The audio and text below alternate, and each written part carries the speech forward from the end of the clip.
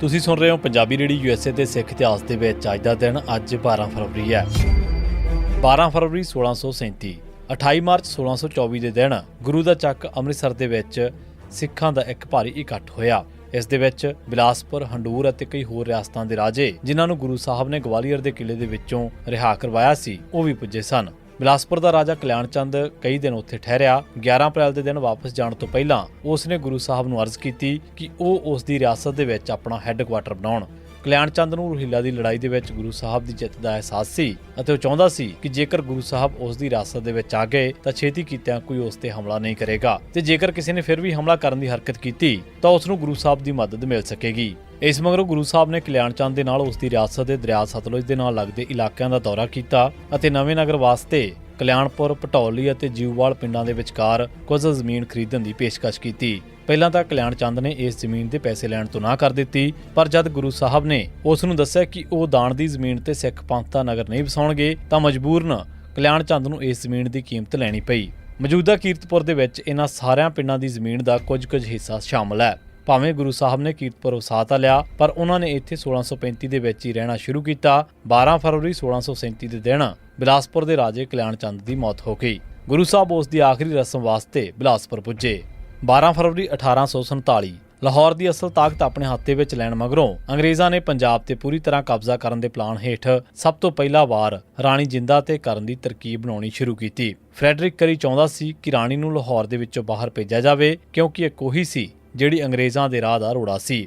ਲੋਕ ਉਸ ਦੀ ਇੱਜ਼ਤ ਵੀ ਕਰਦੇ ਸਨ ਅਤੇ ਉਸ ਦਾ ਕਿਹਾ ਵੀ ਮੰਨਦੇ ਸਨ, ਪਰ ਗਵਰਨਰ ਜਨਰਲ ਇਸ ਦੇ ਹੱਕ ਦੇ ਵਿੱਚ ਨਹੀਂ ਸੀ ਕਿ ਉਸ ਨੂੰ ਉਸ ਦੇ ਨਾਬਾਲਗ ਪੁੱਤਰ ਤੋਂ ਵੱਖਰਾ ਕਰ ਦਿੱਤਾ ਜਾਵੇ, ਕਿਉਂਕਿ ਇਸ ਕਾਰਵਾਈ ਦੇ ਨਾਲ ਸਿੱਖਾਂ ਦੇ ਵਿੱਚ ਰੋਸ ਫੈਲ ਜਾਣ ਦਾ ਡਰ ਸੀ। ਫਰਵਰੀ 1847 ਦੇ ਵਿੱਚ ਲਾਹੌਰ ਦਰਬਾਰ ਦੇ ਇੱਕ ਵਫਾਦਾਰ ਭਾਈ ਪ੍ਰੇਮਾ ਸਿੰਘ ਨੇ ਪਲਾਨ ਬਣਾਈ ਕਿ ਗਦਾਰ ਤੇਜਾ ਸਿਉ ਅਤੇ ਅੰਗਰੇਜ਼ ਰੈਜ਼ੀਡੈਂਟ ਨੂੰ ਉਹਨੇ ਦਿਨੀ ਸ਼ਾਲੀਮਾਰ ਬਾਗ ਦੇ ਵਿੱਚ ਹੋਣ ਵਾਲੇ ਇੱਕ ਸਮਾਗਮ ਦੇ ਵਿੱਚ ਕਤਲ ਕਰਕੇ ਮਹਾਰਾਜਾ ਦਲੀਪ ਸਿੰਘ ਨੂੰ ਅਗਵਾ ਕਰਕੇ ਅੰਗਰੇਜ਼ਾਂ ਨੂੰ ਕੱਢਣ ਵਾਸਤੇ ਮੁਹਿੰਮ ਚਲਾਈ ਜਾਵੇ। ਪਰ ਅੰਜਾਮ ਹੋਣ ਤੋਂ ਪਹਿਲਾਂ ਹੀ ਇਸ ਪਲਾਨ ਦੀ ਸੂਹ ਅੰਗਰੇਜ਼ਾਂ ਨੂੰ ਮਿਲ ਗਈ। ਭਾਈ ਪ੍ਰੇਮਾ ਸਿੰਘ ਅਤੇ ਉਸ ਦੇ ਸਾਥੀਆਂ ਨੂੰ ਗ੍ਰਿਫਤਾਰ ਕਰ ਲਿਆ ਗਿਆ। ਇਸ ਸਾਜ਼ਿਸ਼ ਨੂੰ ਆਧਾਰ ਬਣਾ ਕੇ ਰਾਣੀ ਤੇ ਵੀ ਮੁਕੱਦਮਾ ਚਲਾਉਣ ਦੀ ਸੋਚੀ ਗਈ।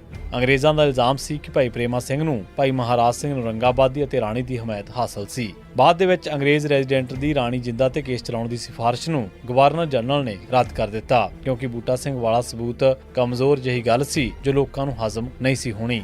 ਫੌਜੀ ਹਮਲੇ ਦੇ ਵਿੱਚ ਤਬਾਹ ਹੋਏ ਅਕਾਲ ਤਖ਼ਤ ਸਾਹਿਬ ਦੀ ਇਮਾਰਤ ਦੀ ਮੁਰੰਮਤ ਦੀ ਸਾਰੀ ਕਾਰਵਾਈ ਸਕਿੱਪਰ ਬਿਲਡਰਜ਼ ਨਾਂ ਦੀ ਫਰਮ, ਜਿਸ ਦਾ ਮਾਲਕ ਤੇਜਵੰਤ ਸਿੰਘ ਸੀ, ਉਸ ਦੀ ਨਿਗਰਾਨੀ ਹੇਠ ਅਤੇ ਸਰਕਾਰੀ ਖਰਚੇ ਦੇ ਨਾਲ ਮਜ਼ਦੂਰ ਲਾ ਕੇ ਸ਼ੁਰੂ ਕੀਤੀ ਗਈ। PWD ਮਹਿਕਮੇ ਦੇ ਸਾਬਕਾ ਚੀਫ ਇੰਜੀਨੀਅਰ ਪੰਡਿਤ KD ਬਾਲੀ ਨੂੰ ਇਸ ਸਾਰੇ ਦਾ ਇੰਚਾਰਜ ਬਣਾਇਆ ਗਿਆ ਸੀ। ਬਹੁਤੇ ਮਜ਼ਦੂਰ ਰਾਜਸਥਾਨ, ਉੱਤਰ ਪ੍ਰਦੇਸ਼ ਤੋਂ ਲਿਆਂਦੇ ਗਏ ਸਨ। ਇਸੇ ਦੌਰਾਨ ਕਿਰਪਾਲ ਸਿੰਘ, ਸਹਿਬ ਸਿੰਘ ਅਤੇ ਪ੍ਰੀਤਮ ਸਿੰਘ ਤਿੰਨੇ ਗ੍ਰੰਥੀ ਇਸ ਦੀ ਪੂਰੀ ਨਿਗਰਾਨੀ ਕਰਦੇ ਰਹੇ। ਉਹ ਥਾਂ-ਥਾਂ ਤੇ ਆਪਣੀ ਸਲਾਹ ਤੇ ਅਗਵਾਈ ਦਿੰਦੇ ਰਹੇ। ਇਸ ਕਰਕੇ ਖਾੜਕੂ ਇਹਨਾਂ ਗ੍ਰੰਥੀਆਂ ਨੂੰ ਸਜ਼ਾ ਦੇਣੀ ਚਾਹੁੰਦੇ ਸਨ।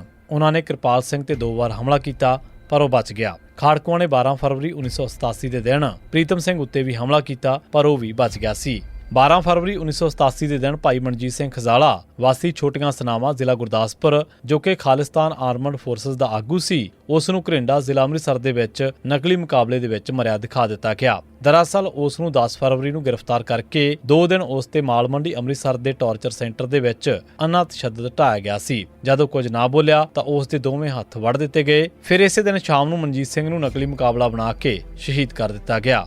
12 ਫਰਵਰੀ 1987 ਦੇ ਦਿਨ ਖਾੜਕੂਆਂ ਨੇ ਪੰਜਾਬ ਨੈਸ਼ਨਲ ਬੈਂਕ ਲੁਧਿਆਣਾ ਦੇ ਵਿੱਚ ਡਾਕਾ ਮਾਰ ਕੇ 5 ਕਰੋੜ 70 ਲੱਖ ਰੁਪਏ ਦੀ ਰਕਮ ਲੁੱਟੀ। ਉਸ ਵੇਲੇ ਤੱਕ ਪੰਜਾਬ ਦੀ ਤਾਰੀਖ ਦਾ ਇਹ ਸਭ ਤੋਂ ਵੱਡਾ ਬੈਂਕ ਡਾਕਾ ਸੀ। ਪੰਜਾਬ ਨੈਸ਼ਨਲ ਬੈਂਕ ਦੇ ਡਾਕੇ ਦੇ ਵਿੱਚ ਪੁਲਿਸ ਨੇ 28 ਸਿੱਖਾਂ ਨੂੰ ਨਾਮਜ਼ਦ ਕੀਤਾ ਸੀ। 21 ਨਵੰਬਰ 2012 ਦੇ ਦਿਨ ਸਪੈਸ਼ਲ ਟਾਡਾ ਅਦਾਲਤ ਨੇ ਰੱਦ ਹੋਏ ਟਾਡਾ ਕਾਨੂੰਨ ਦੇ ਹੇਠ ਇਸ ਡਾਕੇ ਦੇ ਕੇਸ ਦੇ ਵਿੱਚ ਦਲਜੀਤ ਸਿੰਘ ਬਿੱਟੂ, ਗੁਰਸ਼ਰਨ ਸਿੰਘ ਗਾਮਾ, ਗੁਰਨਾਮ ਸਿੰਘ ਰੱਟਣ, ਹਰਜਿੰਦਰ ਸਿੰਘ ਲਲਤੋਂ, ਬਲਵਿੰਦਰ ਸਿੰਘ ਟੋਲੀ, ਮੋਹਨ ਸਿੰਘ ਕਰਤਾਰਪੁਰ, ਸਵਰੂਪ ਸਿੰਘ ਜਲੰਧਰ, ਗੁਰਜੰਟ ਸਿੰਘ ਜਗਰਾਉਂ, ਅਵਤਾਰ ਸਿੰਘ ਜਲੰਧਰ, ਹਰਭਜਨ ਸਿੰਘ ਨਕੋਦਰ, ਆਸਾ ਸਿੰਘ ਹੁਸ਼ਿਆਰਪੁਰ, ਮਾਨ ਸਿੰਘ ਲੁਧਿਆਣਾ ਨੂੰ 10-10 ਸਾਲ ਦੀ ਕੈਦ ਦੀ ਸਜ਼ਾ ਸੁਣਾਈ। ਇਸ ਕੇਸ ਦੇ ਵਿੱਚ 28 ਹੋਰ ਲੋਕ ਵੀ ਨਾਮਜ਼ਦ ਸਨ, ਜਿਨ੍ਹਾਂ ਦੇ ਵਿੱਚੋਂ ਹਰਜਿੰਦਰ ਸਿੰਘ ਜਿੰਦਾ ਅਤੇ ਸੁਖਦੇਵ ਸਿੰਘ ਸੁੱਖਾ ਨੂੰ ਫਾਂਸੀ ਦਿੱਤੀ ਜਾ ਚੁੱਕੀ ਸੀ ਅਤੇ 26 ਨੂੰ ਨਕਲੀ ਮੁਕਾਬਲਿਆਂ ਦੇ ਵਿੱਚ ਮਾਰਿਆ ਜਾ ਚੁੱਕਿਆ ਸੀ।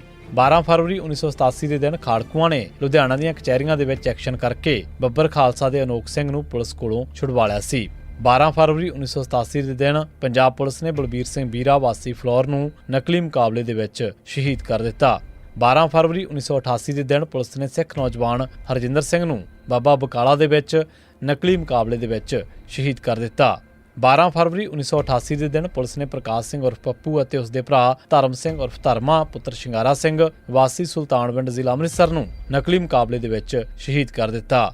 12 ਫਰਵਰੀ 1999 ਦੇ ਦਿਨ ਪੰਜਾਬ ਪੁਲਿਸ ਨੇ ਨਿਰਮਲ ਸਿੰਘ ਨਿੰਮਾ ਨੂੰ ਨਕਲੀ ਮੁਕਾਬਲੇ ਦੇ ਵਿੱਚ ਸ਼ਹੀਦ ਕਰ ਦਿੱਤਾ।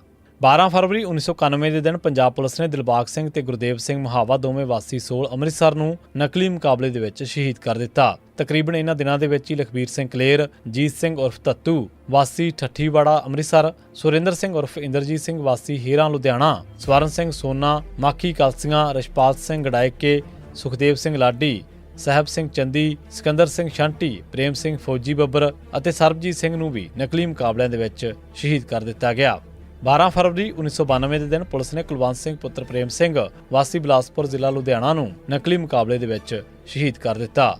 6 ਫਰਵਰੀ 1997 ਦੀਆਂ ਚੋਣਾਂ ਦੇ ਵਿੱਚ ਸ਼੍ਰੋਮਣੀ ਅਕਾਲੀ ਦਲ ਬਾਦਲ ਟੌੜਾ ਧੜੇ ਨੇ ਜ਼ਬਰਦਸਤ ਜਿੱਤ ਹਾਸਲ ਕੀਤੀ। ਉਹਨਾਂ ਨੂੰ 37% ਵੋਟਾਂ ਹਾਸਲ ਹੋਈਆਂ ਸਨ। ਕਾਂਗਰਸ ਪਾਰਟੀ ਨੂੰ 26%, ਭਾਰਤੀ ਜਨਤਾ ਪਾਰਟੀ ਨੂੰ 8%, ਬਹੁਜਨ ਸਮਾਜ ਪਾਰਟੀ ਨੂੰ 7% ਵੋਟਾਂ ਹਾਸਲ ਹੋਈਆਂ। ਅਕਾਲੀ ਦਲ ਨੇ 75, ਭਾਜਪਾ ਨੇ 18 ਤੇ ਕਾਂਗਰਸ ਨੇ ਸਿਰਫ 13 ਸੀਟਾਂ ਤੇ ਜਿੱਤ ਹਾਸਲ ਕੀਤੀ। ਪ੍ਰਕਾਸ਼ ਸਿੰਘ ਬਾਦਲ ਨੂੰ 12 ਫਰਵਰੀ 1997 ਦੇ ਦਿਨ ਪੰਜਾਬ ਦਾ ਚੀਫ ਮਿਨਿਸਟਰ ਬਣਾਇਆ ਗਿਆ। 12 ਫਰਵਰੀ 2012 ਦੇ ਦਿਨ ਦਿੱਲੀ ਦੇ ਵਿੱਚ ਕਾਂਗਰਸ ਪਾਰਟੀ ਦੀ ਚੀਫ ਮਿਨਿਸਟਰ ਸ਼ੀਲਾ ਦੀਕਸ਼ਤ ਦੀ ਸਿਫਾਰਿਸ਼ ਤੇ ਗਵਰਨਰ ਤੇਜਿੰਦਰ ਖੰਨਾ ਨੇ ਖੂਨੀ ਨਵੰਬਰ 1984 ਦੇ ਦੌਰਾਨ ਸਿੱਖਾਂ ਨੂੰ ਬੇਰਹਿਮੀ ਦੇ ਨਾਲ ਕਤਲ ਕਰਨ ਵਾਲੇ ਸੈਂਕੜੇ ਕਾਤਲਾਂ ਦੇ ਵਿੱਚੋਂ 30 ਸਿੱਖਾਂ ਨੂੰ ਮਾਰਨ ਵਾਲੇ ਇੱਕ ਕਿਸ਼ੋਰੀ ਲਾਲ ਦੀ ਸਜ਼ਾ ਮਾਫ ਕਰਕੇ ਉਸ ਨੂੰ ਰਿਹਾ ਕਰਨ ਦਾ ਫੈਸਲਾ ਕੀਤਾ।